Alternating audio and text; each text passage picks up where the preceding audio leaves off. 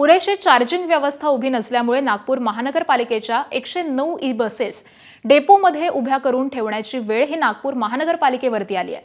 नागपूर महानगरपालिकेकडे एकूण 385 e buses आहेत। त्यापैकी 276 बस सध्या नियमित रस्त्यावरती धावत असून पुरेसं चार्जिंग स्टेशन ही नसल्यामुळे 109 बसेस बंद अवस्थेमध्ये उभ्या असल्याचं नागपूर महानगरपालिकेच्या परिवहन सभापती मंगला खेकरे यांनी मान्य केलंय।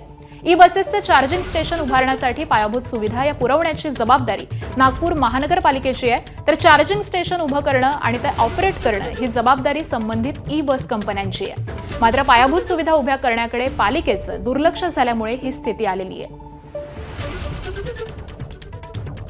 नागपूर महानगरपालिकेकडे असलेल्या ई बसेसपैकी 109 ई बसेस सध्या जागेवर उभ्या आहे। त्याचं प्रमुख कारण जे पुढे आलं आहे की नागपूर महानगरपालिकेकडे या ई बसेस चार्जिंग करण्याचं जे इन्फ्रास्ट्रक्चर पाहिजे ते पुरेसं नसल्यामुळे कुठेतरी या ई बसेसला उभे ठेवण्याची वेळ आलेली आहे। नागपूर महानगरपालिकेकडे सध्याच्या स्थितीमध्ये 385 ई बसेस आहे, त्यापैकी फक्त 276च ई बसेस या पुरेशा चार्जिंग होतात आणि त्या धावतात।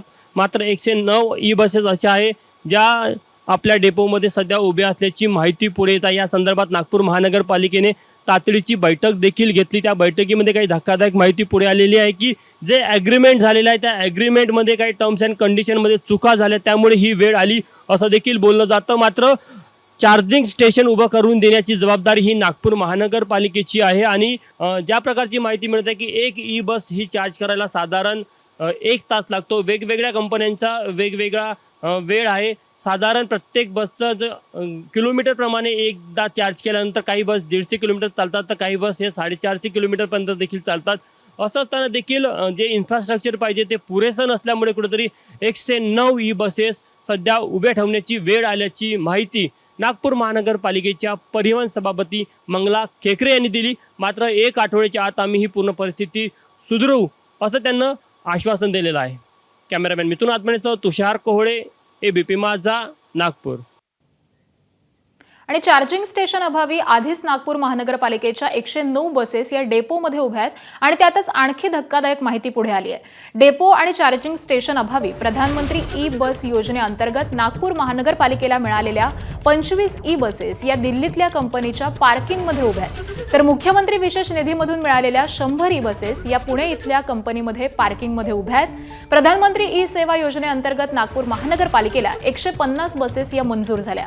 पहिल्या टप्प्यामध्ये 75 बसेस देण्यात आल्या, मात्र चार्जिंग स्टेशन अभावी पालिकेनं फक्त 50 बसेसच मागवून घेतल्या। उर्वरित 25 बस या दिल्लीमध्ये उभ्या आहेत, तर दुसऱ्या टप्प्यातील 75 बसेससाठी पालिकेनं पायाभूत सुविधा या पूर्ण तयार केल्या नसल्यामुळे त्या 75 बसेस यायला आणखी वाट पाहावी लागणार आहे। मुख्यमंत्री देवेंद्र फडणवीस यांनी देखील विशेष योजनेमधून 250 बसेस मंजूर केलेल्या होत्या, मात्र पालिकेनं डेपो आणि चार्जिंग स्टेशन उभारलं नसल्यामुळे पालिकेनं फक्त 150 बसेस नागपूरला आणल्या, तर उर्वरित 100 बसेस या पुण्यामध्ये उभ्या आहेत।